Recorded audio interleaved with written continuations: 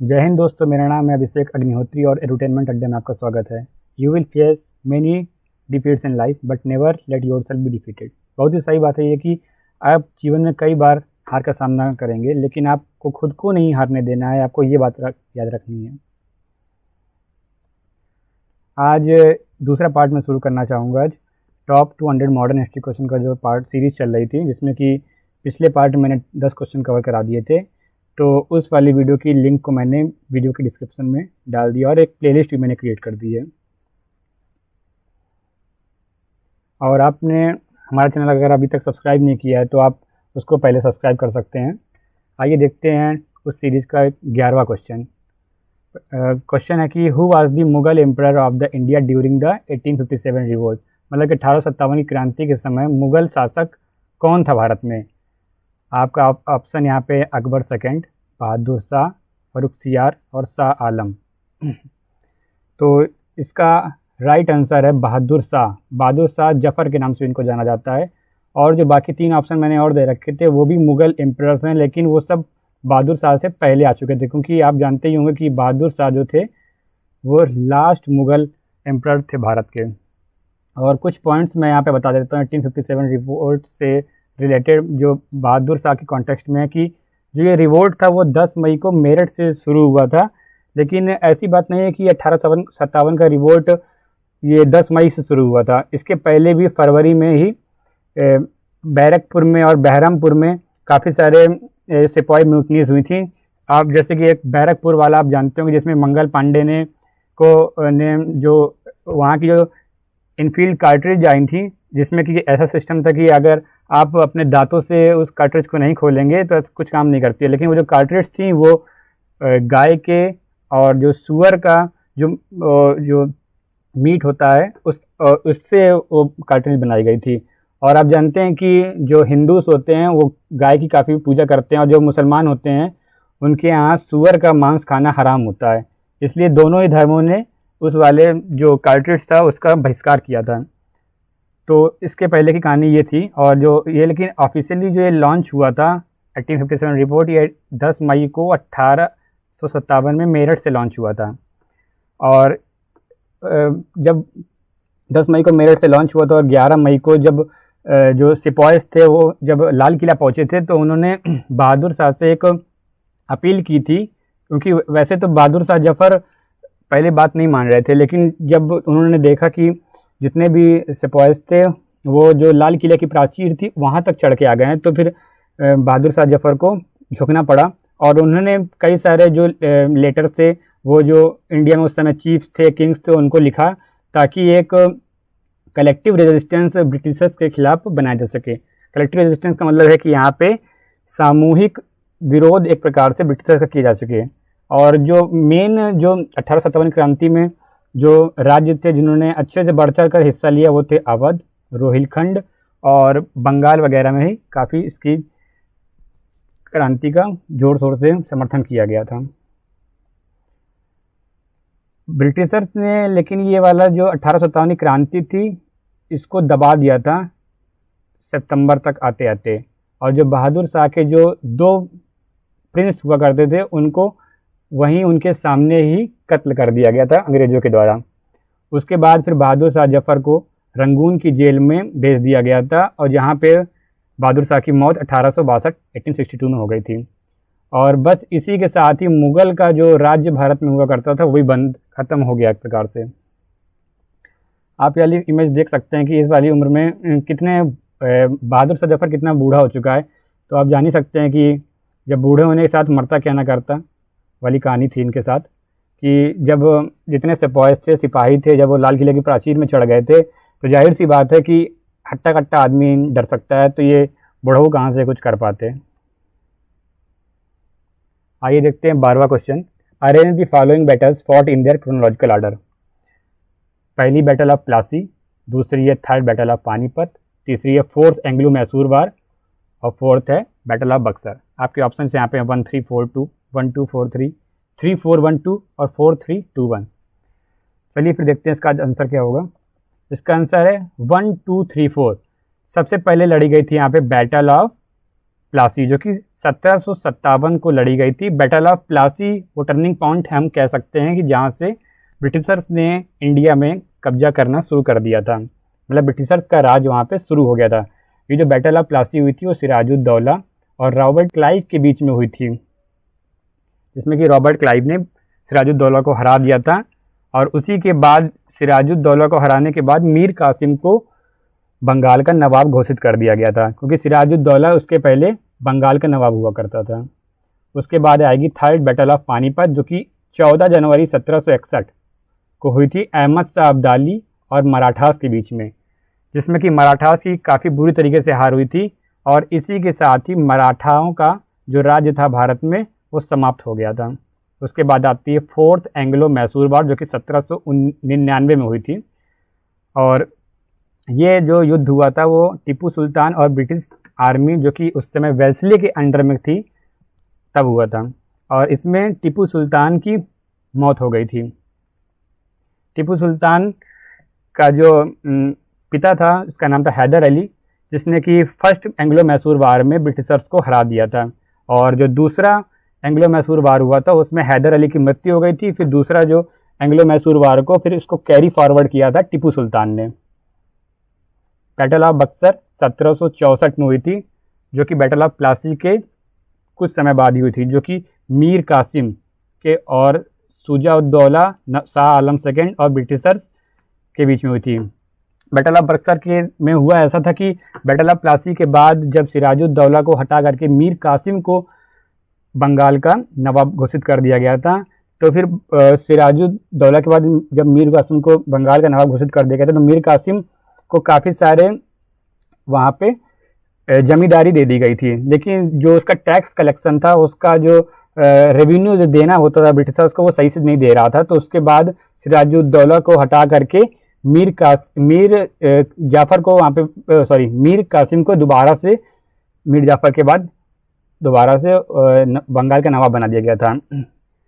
और फिर उसके बाद क्या हो रहा था कि जब अंग्रेज़ों ने जो वहाँ पे ट्रेड होता था बंगाल में, उसमें मीर कासिम का जब हस्तक्षेप पाया गया, तो मीर कासिम के खिलाफ एक छोटा सा युद्ध हुआ था, जिसमें कि जो मीर कासिम था वो अवध भाग गया था। फिर वहाँ पे उसने जो उस समय शुजा-उद-दौला थे, जो उस समय अवध के नवाब हुआ करते थे, और जो शाह आलम सेकेंड जो उस समय मुग़ल एम्परर थे, उससे मदद मांगी थी। और फिर तीनों ने कलेक्टिवली युद्ध किया था, बैटल ऑफ बक्सर जिसको हम जानते हैं, ब्रिटिशर्स के खिलाफ। और इस वाले बैटल में बहुत बुरी तरीके से ब्रिटिशर्स ने ये तीनों लोग को हरा दिया था। और उसके बाद ट्रीटी ऑफ इलाहाबाद साइन की गई थी। ट्रीटी ऑफ इलाहाबाद आपको ज़रूर याद रखना, ये एक बहुत ही इम्पॉर्टेंट ट्रीटी थी। इसके तहत 2 मेनली ट्रीटी साइन हुई थी, जो कि एक शुजा-उद-दौला के साथ हुई थी और एक शाह आलम सेकेंड के साथ हुई थी। शुजा-उद-दौला के साथ जो ट्रीटी साइन हुई थी, उसमें कहा गया था कि जो अवध है उसको शाह आलम सेकेंड को शुजा-उद-दौला को दे देना था। और जो शाह आलम सेकेंड के साथ जो ट्रीटी साइन हुई थी, तो उसमें ये कहा गया था जो शाह आलम सेकेंड था उसको जो इलाहाबाद का किला था उसी में ही रहना था। और जो दीवानी राइट्स थी, दीवानी राइट्स मतलब होता है जो टैक्स कलेक्शन वाला जो सिस्टम था, वो ब्रिटिशर्स को दे देना था बंगाल का। तो इससे ब्रिटिशर्स का फ़ायदा ये था कि वो अपने मन चाहे हिसाब से बंगाल का टैक्स कलेक्ट कर सकते थे। ये थी आपकी treaty of Allahabad. Question number 13 की तरफ हम बढ़ते हैं। Policy of ring fence was implemented by. Ring fence की पॉलिसी किसके द्वारा इम्प्लीमेंट की गई थी? Option A Robert Clive, option B Warren Hastings, option C Lord Wellesley, option D Lord Canning. इसका राइट आंसर जानते हैं हम। इसका राइट आंसर है Warren Hastings. Policy of ring fence के बारे में बताना चाहता हूँ कि जो पॉलिसी अप्लाई गई थी वो ब्रिटिश की जो टेरिटरीज थी उनको मराठाओं से और अफ़गानों से बचाने के लिए की गई थी, क्योंकि जो मराठास और अफ़गान्स थे वही मेन चैलेंज हुआ करते थे ब्रिटिशर्स के लिए। और ये जो पॉलिसी थी इसको इम्प्लीमेंट करने का ईयर था 1765 से 1813 के बीच में इस पॉलिसी को इम्प्लीमेंट रखा गया था। और थर्ड पॉइंट ये है कि Nawab of Awadh has to maintain his army with his own expense to safeguard boundary of Bengal by making Awadh as a buffer zone. तो इस ट्रीटी के तहत नवाब ऑफ जो अवध थे उनको अपनी खुद की एक आर्मी मेंटेन करनी थी और अपने खुद के पैसे से जिससे कि वो बंगाल की जो टेरिटरी थी उसको सेफ गार्ड कर सके, और अवध को यहाँ पे एक बफर जोन की तरह बनाना था। बफर जोन मतलब ये होता है कि अब एक पॉइंट है कि उसके आगे जो इंट्रूडर्स हैं वो प्रवेश ना कर पाएँ। एक प्रकार से आप बाउंड्री मान सकते हैं कि इसके आगे जो आक्रमणकारी हैं वो उसके आगे इंटर ना कर पाएँ। तो अवध को बफर जोन बनाया गया था ताकि वो अवध से होते हुए जो बंगाल था, जो उस समय अंग्रेज़ों का मुख्य जगह थी, वहाँ पे वो लोग ना पहुँच पाएँ। और जो ऑप्शन में आपका लॉर्ड वेल्लेस्ली दे रखा था, उन्होंने सब्सिडियरी अलायंस लाया था। इस वाले पॉइंट को आप लोग ज़रूर याद रखिएगा। सब्सिडियरी अलायंस के तहत होता क्या था कि जितने भी राजा हुआ करते थे उनसे कहा गया था कि आप अपने खुद की आर्मी को नहीं, हम अपनी खुद की एक आर्मी देंगे जो कि आपके किले में तैनात रहेंगे, और हमारा एक आदमी भी आपके कोर्ट में रहेगा। तो इससे और जितना भी इस आर्मी का जो खर्चा उठाना था वो उन राजाओं को उठाना था। भले ही आदमी ब्रिटिशर्स के थे लेकिन खर्चा उठाना था उन राजाओं को। और इस अलायंस के तहत एक इम्पॉर्टेंट पॉइंट ये भी था कि वो जो राजा थे जिसके जो सब्सिडियरी अलायंस के अंदर आते थे वो बिना अंग्रेज़ों की परमिशन से न युद्ध कर सकते थे, ना ही कोई आपस में ट्रीटी साइन कर सकते थे। ये भाई साहब हैं वारेन हास्टिंग। देख लीजिए आप इन बूढ़ों को, इन्होंने ये लाई थी रिंग फेंस पॉलिसी। काफ़ी शातिर दिमाग इनका समझ में आ रहा था। बहुत ही इम्पोर्टेंट ये पॉलिसी इसलिए हो जाती है क्योंकि इसी वाली पॉलिसी की वजह से बंगाल बचा रहा था। तो इस वाली पॉलिसी का श्रेय जाता है वारेन हास्टिंग को। क्वेश्चन नंबर 14 है, arrange the following revolt uprisings. Revolt मतलब होता है जो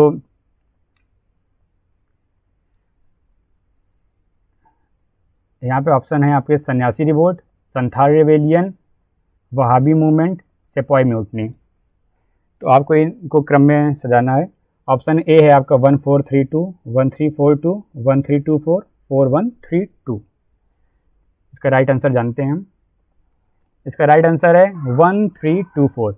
सबसे पहले यहाँ पे हुआ था सन्यासी मूवमेंट जो कि हुआ था 1763 से 1800 के बीच में, जिसको फ़कीर रेबेलियन के नाम से भी जाना जाता है। ये कुछ ग्रुप्स थे सन्यासी के ईस्ट इंडिया में, ईस्टर्न साइड इंडिया के। और जो आप नाम सुने होंगे आनंद मठ, जो कि बंकिम चंद्र चट्टोपाध्याय के द्वारा लिखा गया है, वो इसी मोमेंट से इंस्पायर होकर के लिखा गया था।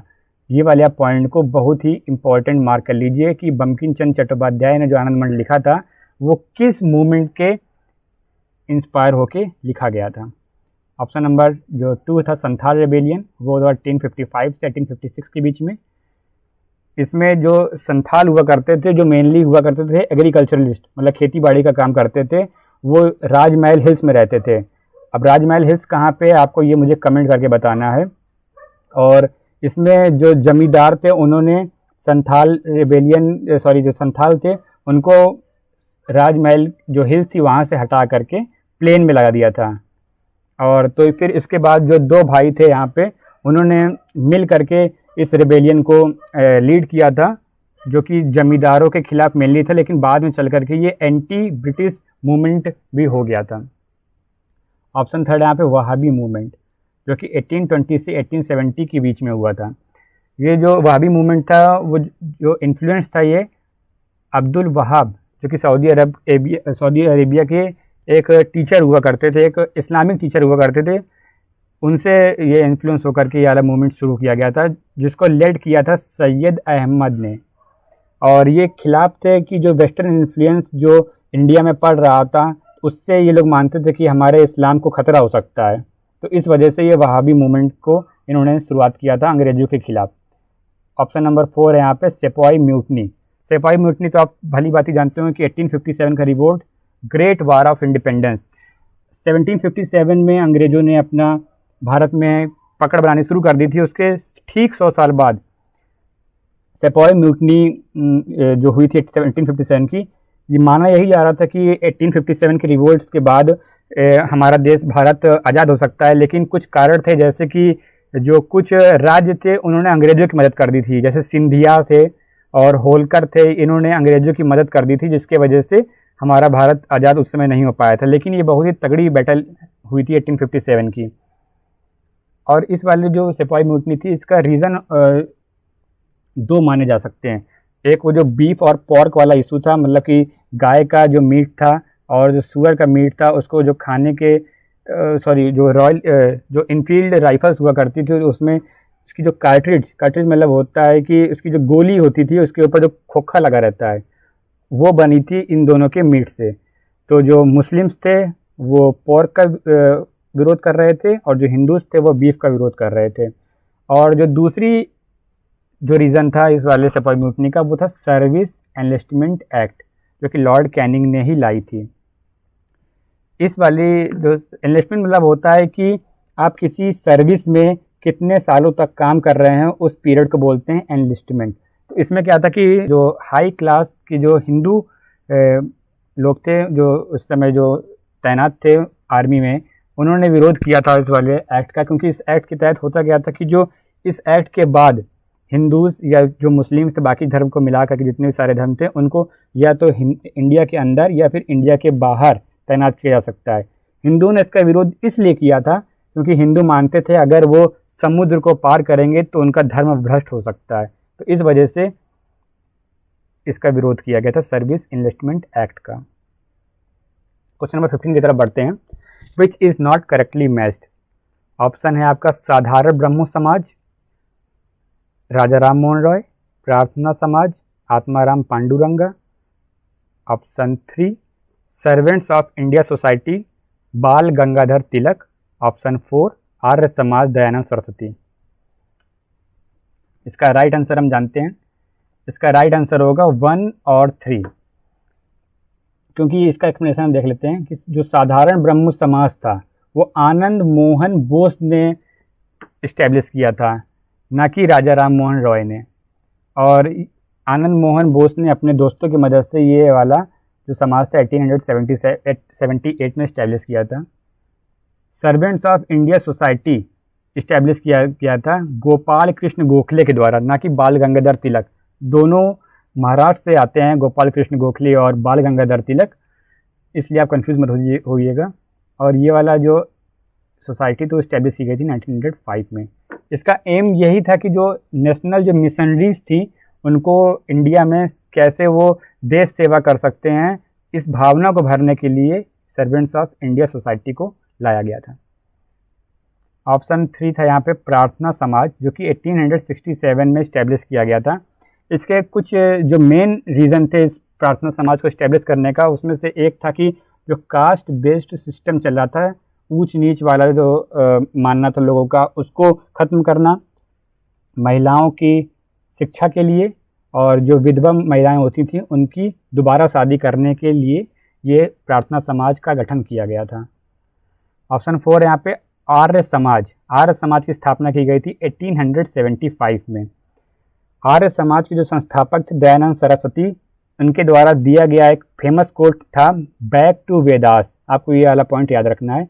और जो आर्य समाज था इसका जो हेडक्वार्टर था लाहौर में था, लेकिन इसका गठन हुआ था सबसे पहले बॉम्बे में, फिर कुछ सालों बाद इसका हेडक्वार्टर को लाहौर में शिफ्ट कर दिया गया था। और जो आर्य समाज का जो एम था, उनका मानना था कि जो वैदिक लर्निंग हो रही है भारत में वो सही से नहीं हो रही है, तो बैक टू वेदास का उन्होंने कोट दिया था कि हम दोबारा से रिवाइवल करते हैं वैदिक लर्निंग का भारत के अंदर। ये इमेज है जो आत्माराम पांडुरंग जी थे उनकी, और राजा राम मोहन रॉय। राजा राम मोहन रॉय के नाम पे एक दूसरा क्रेडिट ये जाता है कि जो सती प्रथा जो हमारे देश में काफ़ी ज़्यादा उस समय प्रचलन में थी, जिसमें कि अगर कोई पति जिसका मर गया होता है किसी, तो उस विधवा को भी अपने पति के साथ जलना होता था उसकी चिता में, मतलब। क्वेश्चन नंबर 16 है यहाँ पे दिल्ली दरबार। इसको हम दिल्ली दरबार के नाम से जानते हैं कि दिल्ली दरबार जो 1911 का था वो ऑर्गेनाइज किया गया था किस लिए। आपके ऑप्शन है यहाँ पे proclamation of queen Victoria as empress of India, मतलब कि जो क्वीन विक्टोरिया थी उनको जो भारत की महारानी घोषित करने के लिए, बैटल ऑफ प्लासी की विजय के लिए, proclamation of king George V as emperor of India, king George fifth जो थे उनको भारत का राजा बनाने के लिए ये आला किया गया था, या फिर आपके ऑप्शन है नन ऑफ दीज। इसका राइट आंसर जानते हैं। इसका राइट आंसर है proclamation of king George fifth as emperor of India. मतलब कि जो किंग जॉर्ज फिफ्थ थे उनको भारत का एम्परर घोषित करने के लिए ये 1911 में दिल्ली दरबार का आयोजन किया गया था। इस दिल्ली दरबार के बाद से कुछ जो इम्पोर्टेंट पॉइंट्स थे वो ये थे कि जो कलकत्ता में जो ब्रिटिश की कैपिटल हुआ करती थी उसको शिफ्ट कर दिया गया था दिल्ली तक, दिल्ली में शिफ्ट कर दिया गया था। और ये जो दिल्ली दरबार था ये बहुत ही बड़ा एक शो ऑफ था अंग्रेज़ों का, जिसमें कि बेतहाशा पैसे खर्चा किए गए थे। करीब 2.5 से 3 लाख पाउंड उस समय खर्चा किए गए थे। आप उसकी कीमत आज समझ सकते हैं कि अरबों में जा सकती है अगर रुपये में अगर उसका हम कन्वर्ट करते हैं तो। और ये जो दिल्ली दरबार था वो कोरोनेशन पार्क मॉडल टाउन नई दिल्ली में आयोजन किया गया था। मॉडल टाउन आपका ये नॉर्थ दिल्ली के आसपास वाला इलाके के पड़ता है। और दिल्ली दरबार 3 बार हुए थे भारत में। 1877 में हुआ था, 1903 में हुआ था। 1877 में जो हुआ था उसमें क्वीन विक्टोरिया को भारत की महारानी बनाया गया था, और जो 1903 का था उसमें जिसको बनाया गया था आप उसका आंसर मुझे आप कमेंट में नीचे लिख के दे सकते हैं। और जो 1911 का जो दिल्ली दरबार था वो एक एकलौता दिल्ली दरबार था जिसमें राजा ने अटेंड किया था दिल्ली दरबार को। उसके पहले जो दोनों दिल्ली दरबार हुए थे 1877 में और 1903 में, दोनों को जो उस समय के जो राजा थे और रानी थे जिनको लिए प्रोक्लेमेशन किया गया था, दोनों ने अटेंड नहीं किया था। ये एक इमेज है दिल्ली दरबार जो 1911 में हुआ था। आप देख लीजिए कैसे ये लोग तंबू वंबू लगा करके पूरा एकदम पूरा जन सैलाब उमड़ा हुआ है। इसमें पूरे भारत के राजा महाराजा और जितने भी उस समय जो बड़े शख्सियत हुआ करती थे सबने अटेंड किया गया था। और ये इसमें काफ़ी ज़्यादा पैसा खर्चा किया गया था अंग्रेज़ों के द्वारा। पैसा सारा था किसका? हम ही लोग का पैसा था, और पूरा लूट मार मचा करके हम ही लोग के ऊपर खर्चा कर रहे थे। हम लोग के ऊपर क्या खर्चा कर रहे थे कि अपना शो ऑफ दिखा रहे थे देखा जाए तो। क्वेश्चन नंबर 17 है, which of the following was not associated with Gandhi ji? Option है Tolstoy farm, Bardoli Satyagraha, Phoenix farm, Ahmedabad mill strike. आपके ऑप्शन यहाँ पे दे रखे गए हैं। राइट आंसर है यहाँ पे बारडोली सत्याग्रह।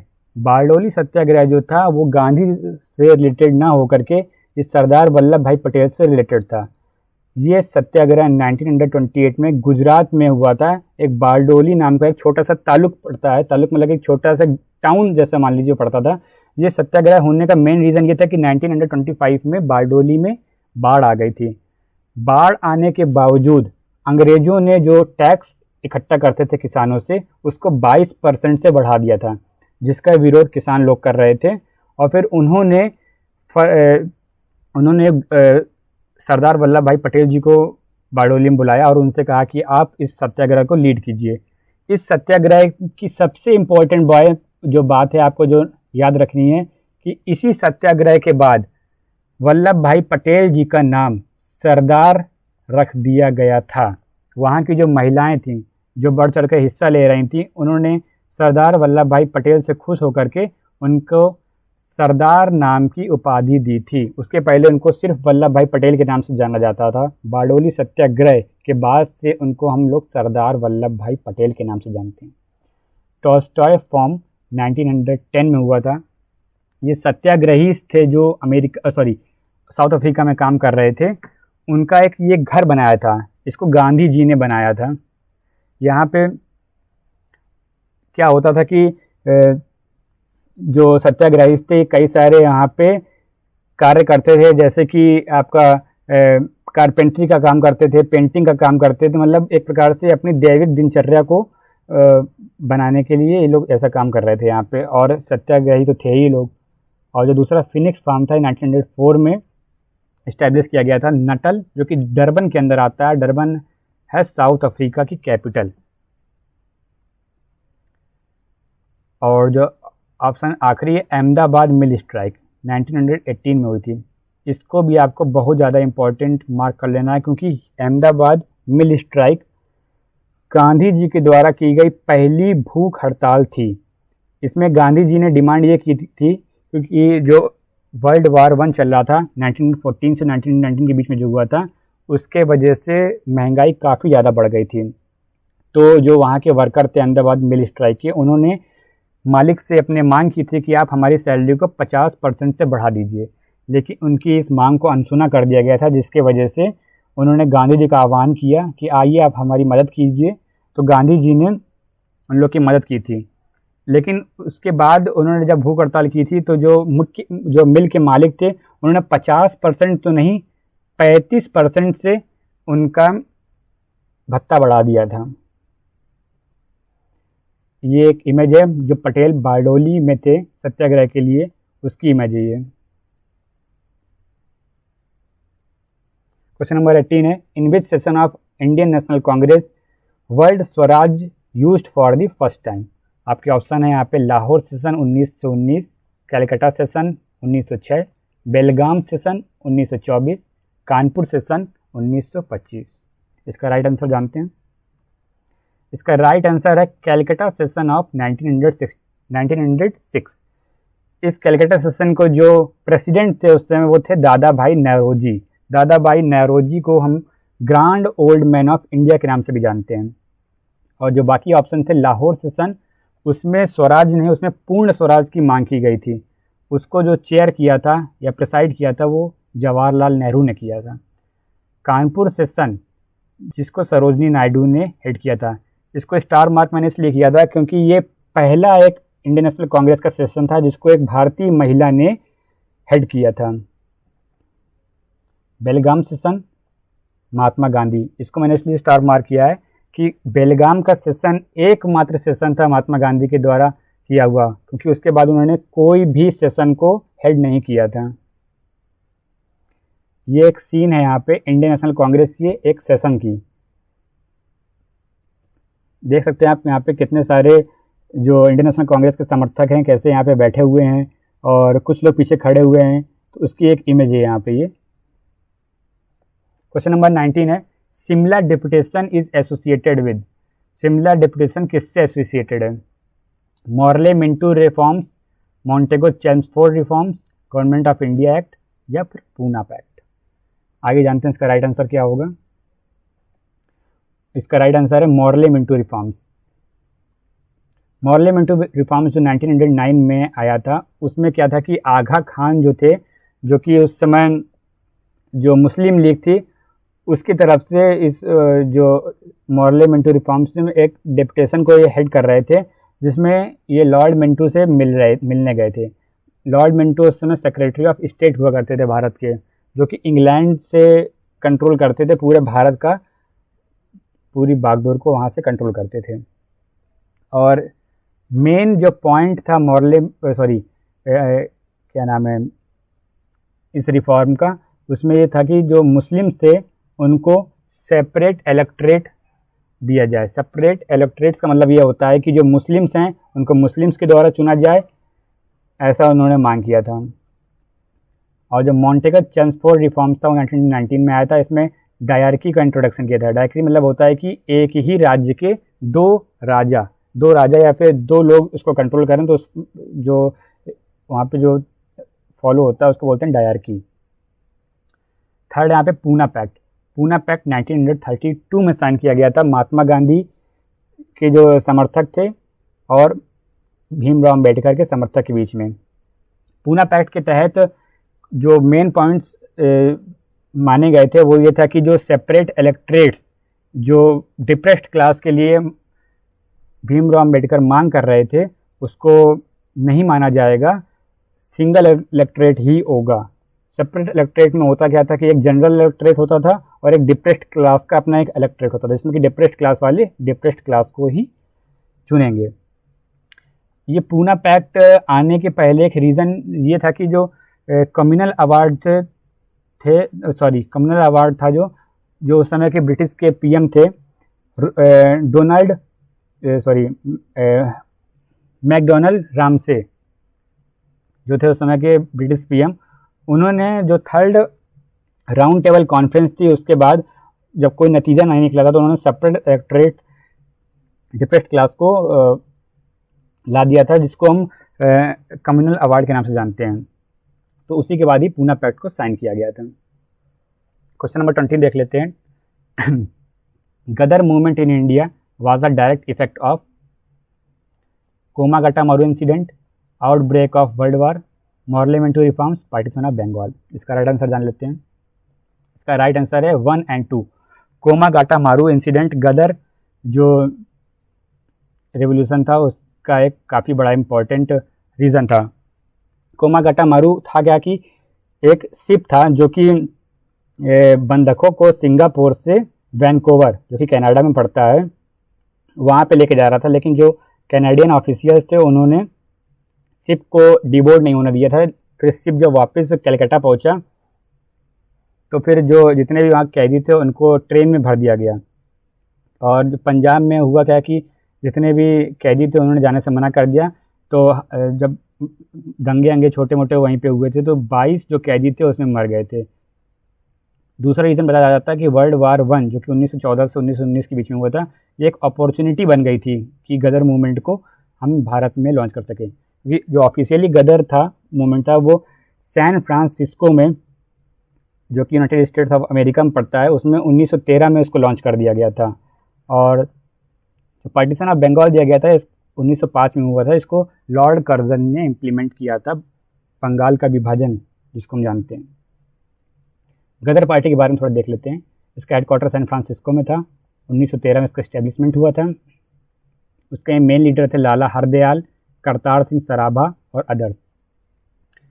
और इस पार्टी में एक्स सोल्जर्स थे, किसान थे जो कि भारत से सैन फ्रांसिस्को पहुंचे थे। इसका एम था इस पार्टी का कि जो ऑफिसर्स थे उनको मारना, एंटी ब्रिटिश लिटरेचर को पब्लिश कराना और भारतीय ट्रूप्स जो कि इंडिया में काम कर रहे थे उनके साथ मिल करके एक अंग्रेजों के खिलाफ एक रणनीति तैयार करना।